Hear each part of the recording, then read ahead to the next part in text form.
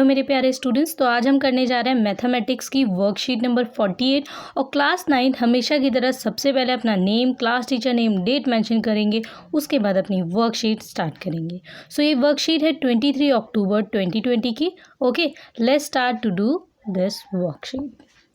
आज का आपका टॉपिक क्या है? टॉपिक है कलेक्शन ऑफ डाटा, कि हम डाटा कलेक्शन कैसे करते हैं। अब डाटा क्या है? डाटा मीन्स कि आप जो है किसी भी एक पर्टिकुलर टॉपिक को ले लीजिए और फिर उसमें क्या कितने अमाउंट में हो रहा है, ठीक है, उसको एक तरीके से कलेक्ट करके, कि मान लीजिए मंडे को आपने ऑरेंजेस खरीदे तो कितने खरीदे, ठीक है, काउंट करके, जैसे 3, मैं आपको एक शो कर देते एग्जांपल कि मंडे को आपने 4 ऑरेंजेस जो है बाई किए, फिर ट्यूसडे को आपने 5 ऑरेंजेस बाई किए, देन वेडनेसडे को आपने 0 ऑरेंजेस बाई किए, ठीक है। तो यहाँ पे आपने एक तरीके से एक डाटा जो है शो किया है कि किस दिन आप कितने ऑरेंजेस क्या कर रहे हैं, बाई कर रहे हैं। सो ये मैंने आपको एक छोटा सा एग्जाम्पल दिया है जिससे आपको ईजिली समझ आ जाए। देन हम ये जानेंगे कि कलेक्शन कैसे की जाती है डाटा की। कलेक्शन अब हम समझने के लिए दिए गए जो सेंटेंसेस हैं इन्हें पढ़ेंगे। Children, you must have observe your teacher recording the attendance of students in your class every day और recording marks obtained by you after every test और एग्जामिनेशन। बोला गया है कि बच्चों आपने ऑब्जर्व तो किया ही होगा कि जो आपके टीचर्स हैं वो रिकॉर्ड करते हैं आपकी अटेंडेंस। रेगुलरली स्कूल में आपने देखा होगा कि वो रोज़ अटेंडेंस लेते हैं आपकी, ठीक है, और रिकॉर्डिंग मार्क्स भी रिकॉर्ड करते हैं by you after every test और एग्जामिनेशन, और आपके जितने भी टेस्ट और एग्जामिनेशन होते हैं उनके मार्क्स भी रिकॉर्ड करते हैं, उनकी लिस्ट भी बनाते हैं। Similarly, you must have also seen a cricket scoreboard. आपने ऐसे ही स्कोर बोर्ड भी देखा होगा जब आप मैच कोई देखते हैं, क्रिकेट देखते हैं, किसी भी तरीके का मैच देखते हैं, क्रिकेट हो, हॉकी हो, तो उनका एक स्कोर बोर्ड भी लगा होता है और उस स्कोर बोर्ड में क्या होता है कि उनके जो मार्क्स होते हैं उसका पूरा डाटा दिया गया होता है, ठीक है। One such score board has been illustrated here. आपको एक स्कोर बोर्ड यहाँ पे गिवन है, तो इसे देख लेते हैं और समझते हैं कि इसमें क्या दिया गया है। सबसे पहले है नेम ऑफ द बॉलर। जो बॉलर है उनका नेम दिया गया है, ABCD, ठीक है, नाम दे दिया गया है आपको कि जो A बॉलर है, B बॉलर है, C है और D है, ठीक है। ओवर्स, इन्होंने कितने ओवर्स तक जो है बॉल जो है खेली है, ठीक है, थ्रो की है। सो 10 ओवर्स आप देख सकते हैं कि सभी ने जो है खेले हैं। उसके बाद है मेडन ओवर्स जो होते हैं वो कितने हैं, 2 1 2 1, ओके। देन रन्स गिवन, कितने रन्स उन्होंने दिए हैं, ठीक है, अपने ओवर्स में 40 30 20 एंड 50। उसके बाद जो है विकेट्स टेकन, अब उन्होंने कितने विकेट्स लिए हैं, तो 3 2 1 4। अब यहाँ से आपने क्या समझा? यहाँ से आपने समझा कि आपको जो बॉलर्स हैं उन्होंने कैसे रिकॉर्ड जो है उनका एक डाटा कलेक्ट किया गया कि कितने ओवर हैं, कितने मेडन ओवर हैं, कितने रन्स हैं और कितने विकेट्स लिए हैं। तो यहाँ पे आपको प्रॉपर डाटा दिया गया, इसी को हम डाटा कहते हैं, ठीक है। You know that in a game of cricket, the information recorded in scoreboard is not simply about who won and who lost. In scoreboard, you will also find some equally important information about the game. यहाँ पे बोला गया है कि you know, आपको पता है, that in a game, एक गेम में of cricket, the information, जो information होती है recorded in scoreboard is not simply about who won, कि कौन जीता और कौन हारा। इसके लिए हम स्कोर बोर्ड नहीं बनाते कि कौन जीता कौन हारा सिर्फ इसको हम देखें, नहीं। स्कोर बोर्ड जो होता है वो इसलिए प्रिपेयर किया जाता है जिससे आप ये जान सकें, in score board you will also find some equally important information about the game. जो गेम है उसके बारे में जो आप है कि नॉलेज ले सकें कि अच्छा किसने जैसे आपको यहाँ पे दिया है कि किसने कितने कितने ओवर खेले, ठीक है, मेडन ओवर कितने थे, उसके अलावा रन्स कितने थे, विकेट्स कितने थे, किसने कितने विकेट्स लिए, किस चीज़ में किस पॉइंट पे कौन ज़्यादा स्ट्रॉन्ग है, ये सारी चीज़ें समझने के लिए मतलब आप ऑल ओवर जो है कैलकुलेशन करना चाहें, इवैल्यूएशन करना चाहें तो वहाँ पे आपको पूरा डाटा चाहिए होता है। तो अगर आपके पास डाटा है तो आप बहुत ईजिली इवैल्यूएशन कर सकते हैं किसी भी चीज़ का। So, for instance, you may find out the time taken and number of balls faced by the highest run scorer. तो यहाँ पे आप जो है इस स्कोर बोर्ड को देखेंगे तो आप पता कर सकते हैं कि किसने हाईएस्ट रन स्कोरर कौन है, ठीक है, उसके अलावा कितने नंबर ऑफ बॉल्स हैं, ये सारी चीज़ें जो है आप देख सकते हैं, ठीक है। Then every day we come across a wide variety of information in the form of facts, numerical figures, tables, graphs etcetera. यहाँ बोला गया है कि एवरी डे, हर दिन, we came across a wide variety of information, हम बहुत सारी इंफॉर्मेशन से होके गुजरते हैं, ठीक है, in form of facts, numerical figures, tables, graphs, ठीक है। मतलब अगर आप देखें तो न्यूमेरिकल फिगर, टेबल, ग्राफ, ये जितनी भी चीज़ें होती हैं, बहुत सारी चीज़ें होती हैं और हम ऐसी बहुत सारी इन्फॉर्मेशन रेगुलर लाइफ में देख रहे होते हैं, ठीक है। कुछ इन्फॉर्मेशन हम इग्नोर करते हैं और कुछ जो है उन्हें हम क्या करते हैं, यूज़ करते हैं, ओके। उसके बाद बोला गया है कि दीज फैक्ट्स और figures which are numerical or otherwise collected by a definite purpose are called data।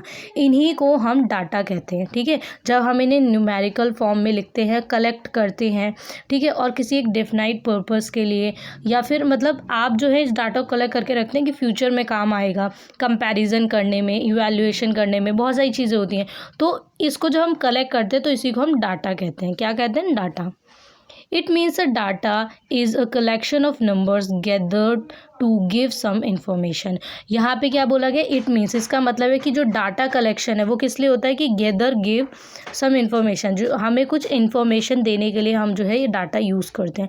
आपके स्कूल्स में भी बहुत तरीके का डाटा इस्तेमाल होता है, कलेक्ट किया जाता है कि किस बच्चे के किस ईयर में अच्छी परफॉर्मेंस थी, किस में नहीं थी, बच्चे को क्या प्रॉब्लम है, क्या प्रॉब्लम नहीं, उसका हेल्थ चेकअप किया जाता है। मतलब आपके बारे में बहुत सारी डिटेल्स होती हैं जो आपको नहीं पता बट आपके टीचर्स रिकॉर्ड करते हैं, ठीक है। The extraction of meaningful information is studied in a branch of mathematics called statistics। तो अगर हम ये बोलें कि इस डाटा को हम एक पर्टिकुलर नाम दें कि जब हम डाटा कलेक्शन होता है, इसका प्रोसेस होता है, इन सब में हम इसको एक मैथमेटिकल नेम बोलेंगे तो हम इसे बोलते हैं स्टैटिक्स, ठीक है, कि हम स्टैटिक्स की बात कर रहे हैं। The extraction of meaningful information, ये मीनिंगफुल इन्फॉर्मेशन जो होती है स्टडी करते हैं मैथ्स में, ठीक है, तो इसे हम क्या बोलते हैं? स्टैटिक्स, स्टैटिक्स, ये सब आप सुनते हैं। उसके बाद बोला in your day to day life you must have seen several kind of tables consisting of numbers, figures, names, etc. These tables provide us data। अब बोला गया है कि हम क्या करते हैं in your day to day life, आपकी जो रेगुलर की लाइफ है, हर दिन आप क्या देखते हैं रोज़मर्रा की ज़िंदगी में कि सर्वल काइंड्स ऑफ टेबल्स, बहुत तरीके के टेबल्स होते हैं, जैसे consisting of numbers, figures, names etcetera, ठीक है, कि नंबर्स, फिगर्स और जो नेम्स होते हैं ये सभी चीज़ें जो हैं इनके बारे में बात हो रही है कि आप ये सारी चीज़ें अपनी डे टू डे लाइफ में देखते हैं कि जैसे कि आप अगर बस में जाएं तो बस में कितने लोग बैठे हैं, आज बस में कितने थे, कल जब हम गए तो बस में कितने थे। आप लोग इसको नॉर्मली बोलते हैं कि आज मैं बस में गया था ना तो आज बस 20-25 ही लोग थे, ठीक है, या फिर आप बोल सकते हैं कि आज तो बहुत भीड़ थी, मेरे ख्याल से 60 लोगों से ऊपर ही लोग होंगे। तो एक तरीके से अप्रॉक्स आप बताते हैं, लेकिन एक तरीके से आप कैलकुलेशन कर रहे होते हैं कि हाँ इतनी सीट्स हैं, सीट पे लोग बैठे थे, कुछ लोग खड़े थे, तो यहाँ पे आप नंबर्स में कैलकुलेशन करते हैं, तो वहाँ पे भी आप डाटा शो कर रहे होते हैं, ठीक है, फिगर्स में, नेम्स में, ऐसे ही आप रेगुलर लाइफ में यूज़ करते हैं। आपको लगता है कि ये सारी चीज़ें क्या हैं, तो इन सारी चीज़ों को हम डाटा ही कहते हैं, ठीक है, जिन्हें कलेक्ट करते हैं तो स्टैटिक्स की मैथमेटिकल फॉर्म में स्टैटिक्स बोलते हैं। Let's do some activities to improve our understanding about collection of data. तो कलेक्शन ऑफ डाटा जो है इसको और अच्छे से समझने के लिए, अपनी अंडरस्टैंडिंग को इम्प्रूव करने के लिए हम इसको ज़रा देखते हैं एक्टिविटी के through. Activity first, construct a table by collecting the data of height. आपको बोला गया है कि आपको एक टेबल कंस्ट्रक्ट करनी है, कलेक्ट करना है यहाँ पे डाटा ऑफ हाइट, हाइट का डाटा। ठीक है, जैसे कोई बच्चा जो है उसकी आपको हाइट बतानी है कि एक बच्चा है उसकी हाइट 5 फुट है, दूसरा बच्चा उसकी हाइट कितनी है 4 फुट है। तो यहाँ पे सेंटीमीटर में आपको बोलना है कि हाइट कितनी है। मैंने आपको एक एग्जांपल दिया है कि आप फुट में अगर बताएं 5 फुट 4 फुट। ठीक है, सो यहाँ पे आपको सेंटीमीटर में बताना है, तो सेंटीमीटर जैसे 120 सेंटीमीटर, ठीक है, 135 सेंटीमीटर, तो आपको कुछ ऐसे बतानी है। ठीक है, तो ये आप हाइट को मेज़र करेंगे उसके बाद ही बता सकते हैं। Of any 20 students of your class, अपनी क्लास के। तो देखिए ये जो है ये अगर आप खुद से करें तो ज़्यादा बेटर है, क्योंकि आपकी क्लास के बच्चों के नाम आप ही को पता होंगे, है ना। तो हर बच्चा जो है वो अलग अलग स्कूल का है जो ये वीडियो देख रहा है। तो मैं यही कहूँगी कि आप अपनी क्लास के जितने भी बच्चे उनका नाम लिखिए और उसके बाद उनकी हाइट उनसे पूछिए, कॉल करके, मैसेज करके। अगर आपको पता है तो वो भी आप यहाँ पे लिख सकते हैं। ठीक है, और अगर ये रियल होगा तो आपको ज़्यादा मज़ा आएगा इस एक्टिविटी को करने में। मेरा ये पर्सनल ओपिनियन है कि अगर आप किसी एक्टिविटी को करते हैं तो आपको ज़्यादा इंटरेस्ट आता है मुकाबले उस एक्टिविटी को सिर्फ देखे सुने और उसके बाद सिर्फ कहीं से कॉपी पेस्ट कर दे। तो आई थिंक सो अगर आप इसे खुद से एक्टिविटी को करेंगे तो आपको ज़्यादा मज़ा आएगा। ठीक है, अपने दोस्तों से थोड़ी बातें भी हो जाएंगी और दोस्तों से बातें करना किसे नहीं अच्छा लगता, है ना। उसके अलावा आपको थोड़ी सी इन्फॉर्मेशन भी मिलेगी। अच्छा, आपके इस दोस्त की हाइट इतनी है, कौन आपसे जो है ज़्यादा टॉल है, कौन आपसे शॉर्ट है। ठीक है, आपकी हाइट क्या है, आप अपनी हाइट के बारे में भी जान सकेंगे। तो यहाँ पे एक तरीके से आप जो है थोड़ा एनालिसिस भी कर पाएंगे। ओके, उसके बाद है हाइट लिखनी है। यहाँ पे आपको सिर्फ नाम लिखना है अपने दोस्तों के और उनकी यहाँ पे हाइट लिखनी है सेंटीमीटर में, बस इतना छोटा सा काम है। और कितने बच्चों का, 20 स्टूडेंट्स का। तो 20 स्टूडेंट्स के नेम और उनकी हाइट, कोई भी हो सकते हैं, कोई भी आपकी क्लास का कोई भी स्टूडेंट हो सकता है जिसके साथ आप पढ़े थे या फिर अभी पढ़ रहे हैं।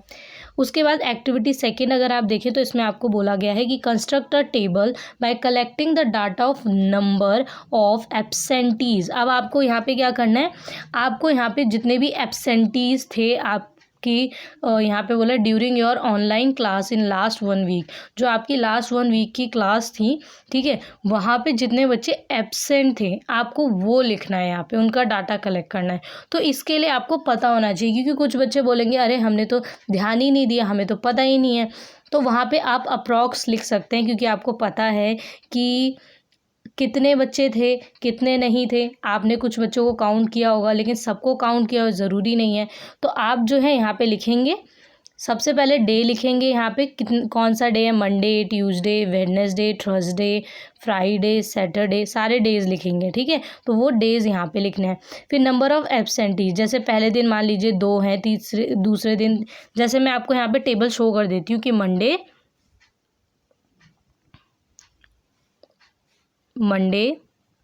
Tuesday, Wednesday, Thursday. ठीक है, अब मैं यहाँ लिख दे रही हूँ फ्राइडे और सैटरडे। ठीक है, आपकी इन डेज़ में ही क्लास हुई होंगी।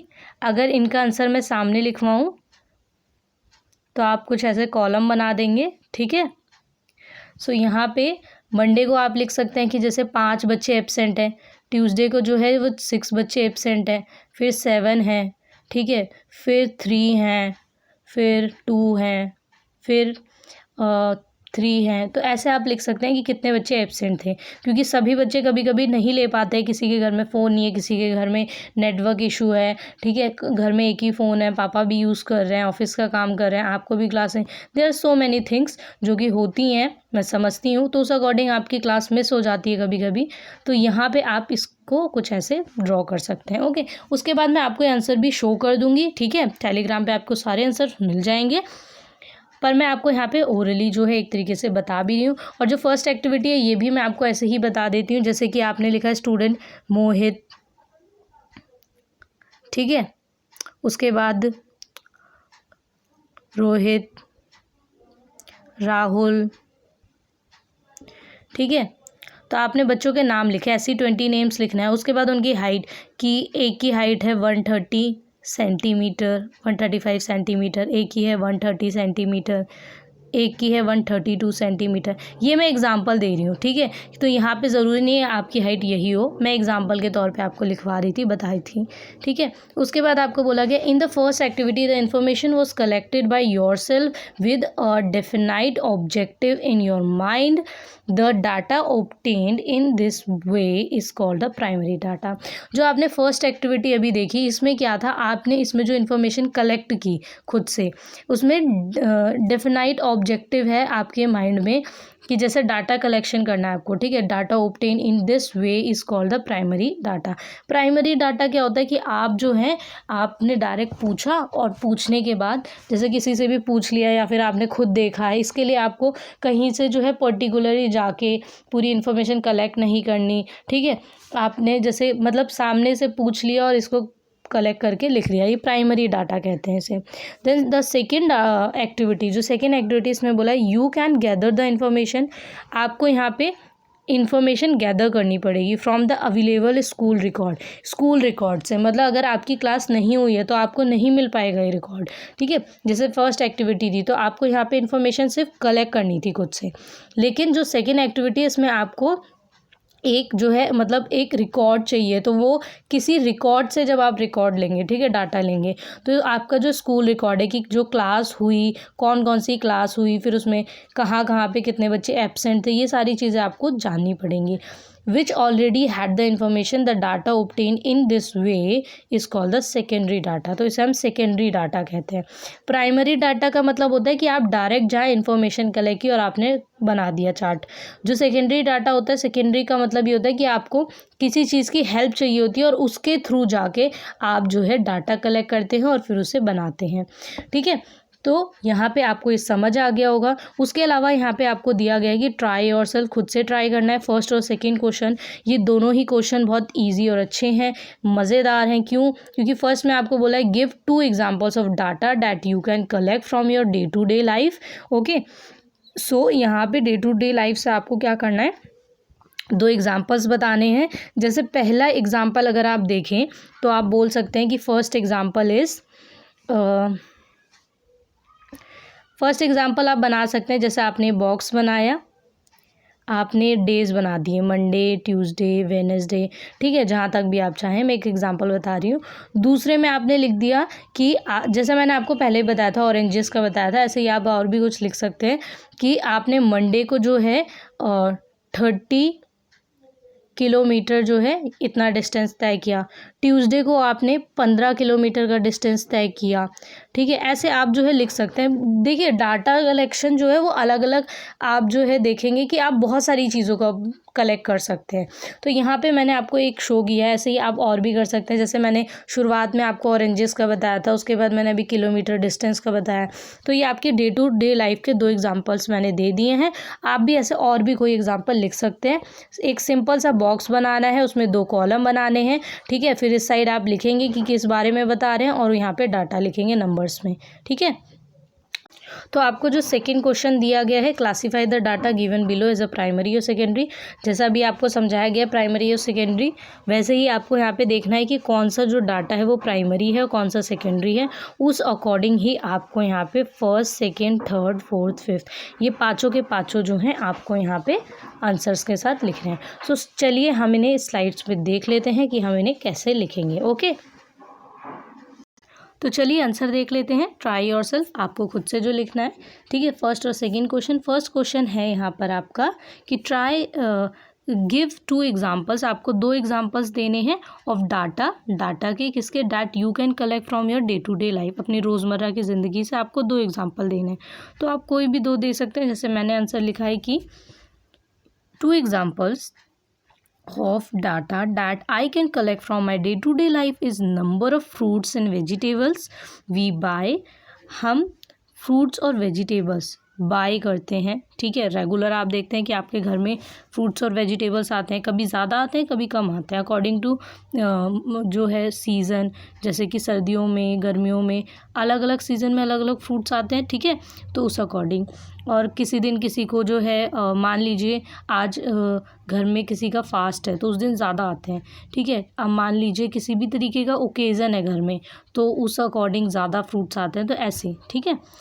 उसके बाद है and people number of people living in my society, और कितने लोग मेरी सोसाइटी में रहते हैं। यहाँ मैंने मेल और फीमेल ब्रैकेट में लिखा है क्योंकि जब हम ऐसे टेबल बनाते हैं उसमें मेल फीमेल और कितने बच्चे हैं ऐसे करके सारी चीज़ें डिस्क्रिप्शन जो है पूरी प्रॉपर देते हैं, ठीक है। तो उस अकॉर्डिंग अगर देखें तो number of people living in my society, मेरी सोसाइटी में कितने लोग रहते हैं। सबकी सोसाइटी में अगर देखा जाए, अगर आप इसका चार्ट बनाए तो एक अच्छा खासा आप डाटा कलेक्ट कर सकते हैं बहुत ईजली, और इसका जो है एक चार्ट बना सकते हैं। उसके बाद मैंने एक्स्ट्रा पॉइंट्स जो हैं दिए गए हैं, एक्स्ट्रा ऑप्शंस जो हैं मैंने दिए हैं आपको। जैसे आपको यहाँ पे सिर्फ 2 बोला है, लेकिन कुछ बच्चे जो हैं सिर्फ ये ही 2 सेटिस्फाई नहीं होंगे इन 2 से, तो मैंने उनके लिए एक्स्ट्रा भी लिख दिया कि वो चेंज करके यहाँ पे लिख सकते हैं कि number of tables and chairs in our school, कि हमारे स्कूल में कितने चेयर्स और टेबल्स हैं। Marks obtain by me in my subjects, मेरे द्वारा मेरे सब्जेक्ट्स में कितने मार्क्स आए। उसके बाद है second answer, classify the data given below as a primary और सेकेंडरी डाटा। प्राइमरी और सेकेंडरी डाटा को आपको क्लासीफाई करना है, ठीक है। जैसे आपका फर्स्ट पॉइंट है कि shoe size of 10 students of class 9th, class 9th के जो स्टूडेंट्स हैं उनका शू साइज़ आपको बताना है, ठीक है। शू साइज़ ऑफ 10 स्टूडेंट्स, 10 स्टूडेंट्स के क्लास 9th के 10 स्टूडेंट्स के आपको शू साइज़ बताना है, जूते का साइज़, ठीक है। तो ये क्या होगा, ये प्राइमरी डाटा होगा, क्योंकि यहाँ पे आपको इन्फॉर्मेशन बस कलेक्ट करनी है। आप जाएंगे उन बच्चों से पूछेंगे, इन्फॉर्मेशन कलेक्ट करेंगे और आप टेबल बना सकते हैं, तो ये प्राइमरी डाटा है। दूसरा है the blood groups of any 20 of your friends, अपने किसी भी 20 फ्रेंड्स का जो ब्लड ग्रुप है वो पूछना है। तो उसके लिए आप क्या करेंगे, अपने फ्रेंड्स के पास जाएंगे, उनसे जो है पूछेंगे कि उनका ब्लड ग्रुप क्या है और वो बताएंगे, उस अकॉर्डिंग आप जो है इसका डाटा कलेक्ट करके चार्ट बना सकते हैं। Then number of members in the families of your classmates, कितनी नंबर ऑफ़ मतलब यहाँ पे क्या बोला है, number of members in the families, हर परिवार में कितने मेंबर्स हैं ऑफ योर क्लासमेट्स, आपके जो क्लासमेट्स हैं, ठीक है, आपके जो क्लास में बच्चे साथ में पढ़ते हैं उनकी फैमिलीज़ में कितने मेंबर हैं। तो ये भी जानने के लिए आपको क्या करना पड़ेगा, आपको उन बच्चों से बात करनी पड़ेगी, उनसे पूछना पड़ेगा, तो इसके लिए भी आपको डाटा कलेक्ट करना पड़ेगा, ठीक है। तो ये भी प्राइमरी डाटा है। Then fourth one is marks obtained by 30 students in a mathematics test. तो आपको यहाँ मैथ्स टेस्ट देखना है कि इसके अंदर 30 स्टूडेंट्स ने कितने मार्क्स ऑब्टेन किए हैं, ठीक है। Marks obtain by 30 students in a mathematics test, तो मैथमेटिक्स टेस्ट में 30 स्टूडेंट ने कितने मार्क्स ऑब्टेन किए ये आपको बताना है। So answer is secondary data. Secondary data क्यों है, रीज़न इज़ कि सबसे पहले तो मैथ्स का टेस्ट होना चाहिए, उसके बाद जब वो टेस्ट हो जाएगा, सबके मार्क्स आ जाएंगे, तब आप वहाँ से वो डाटा कलेक्ट करेंगे। अगर टेस्ट ही नहीं होगा, ठीक है, और ये आपको कहाँ से लेना पड़ेगा, पहले सबका टेस्ट हो जाएगा तो आपको ये टीचर से मार्क्स लेने पड़ेंगे, उसके बाद आप डाटा बनाएंगे, ठीक है। तो ये सेकेंडरी डाटा हो जाएगा, okay. Then last one is number of plants planted by 100 schools during Van Mahotsav. Van Mahotsav के दौरान जो 100 स्कूल हैं, ठीक है, उन्होंने कितने प्लांट्स जो है लगाए हैं ये आपको बताना है। तो वो 100 स्कूल जो हैं इन्होंने कितने लगाए ये तो स्कूल वालों को रिकॉर्ड उनके पास होगा, तो उस अकॉर्डिंग आपके पास ये क्या हो गया, सेकेंडरी डाटा, कि आप पहले स्कूल वो 100 स्कूल्स जो हैं वहाँ जाएंगे, देखेंगे किसने कितने लगाए, क्या है कैसे है, ठीक है। तो ये सारी चीज़ें जो है आपको कलेक्ट करनी पड़ेंगी, ये आपको कलेक्टेड डाटा से कलेक्ट करना है, तो ये सेकेंडरी डाटा हो गया, okay. So I hope so आपको ये वीडियो समझ आई होगी। सिंपल सा और बहुत इंटरेस्टिंग सा चैप्टर है, हर बच्चे को ये जब स्टार्ट होता है, ठीक है, ये चैप्टर तब से मेरे ख्याल से बहुत इंटरेस्टिंग लगता है। क्यों, क्योंकि ये बहुत सिंपल होता है, हम अपनी रेगुलर लाइफ में इसको रेगुलर देख रहे होते हैं, तो इसलिए हमारे लिए और ज़्यादा इजी हो जाता है, ठीक है। जैसे अगर मैं बोलूँ कि कुछ ऐसे चैप्टर्स होते हैं मैथ्स के जो आपको थोड़ा टाइम लगता है सीखने में, क्योंकि वो हम रेगुलर में ज़्यादा यूज़ नहीं कर रहे होते हैं, ठीक है। ऐसा नहीं कि वो यूज़ नहीं हो रहे होते हैं, लेकिन हम ज़्यादा यूज़ नहीं कर रहे होते, या उनकी कैलकुलेशन जो है हम ज़्यादा अपनी लाइफ में यूज़ नहीं करते, इसलिए डिफ़िकल्ट लगता है। पर ये ऐसा चैप्टर है जिसको हम डे टू डे लाइफ में अपनी एक तरीके से हैबिट बना चुके हैं, ठीक है, कलेक्शन ऑफ डाटा। सो इसीलिए हमें ये इजी लगता है, हर बच्चे को इजी लगता है और इंटरेस्टिंग लगता है। मार्क्स स्कोरिंग भी है बहुत जो है आप कह सकते हैं कि हाँ ये अच्छे मार्क्स स्कोर करने में मदद भी करता है। सो आई होप सो आपको हमारी वीडियोस पसंद आई होंगी, और अगर हमारी वीडियोस पसंद आई हो तो ज़रूर शेयर, लाइक और सब्सक्राइब करें, क्योंकि बाकी बच्चों से जब आप वीडियो शेयर करेंगे तो उनकी भी हेल्प होगी, और आप अपने दोस्तों की हेल्प करेंगे तभी तो आपके दोस्त आपकी हेल्प कर पाएंगे। उसके अलावा कमेंट करके ज़रूर बताएं कि आपको हमारी वीडियोस कैसी लगी, लाइक करें, जिससे हम मोटिवेट होंगे, और अगर हम मोटिवेट होंगे तो हम आपको मोटिवेट कर पाएंगे। ओके, हमारे टेलीग्राम चैनल को ज्वाइन कर लीजिए, जहाँ पे आपको सभी आंसर रिटन फॉर्मेट में प्रोवाइड किए जाते हैं। टेलीग्राम पे हमारा चैनल मुदिता IAS वॉरियर नाम से ही है, और यहाँ पे भी हमारा जो चैनल है वो मुदिता IAS वॉरियर नाम से है। ओके, सो बाय बाय स्टूडेंट्स।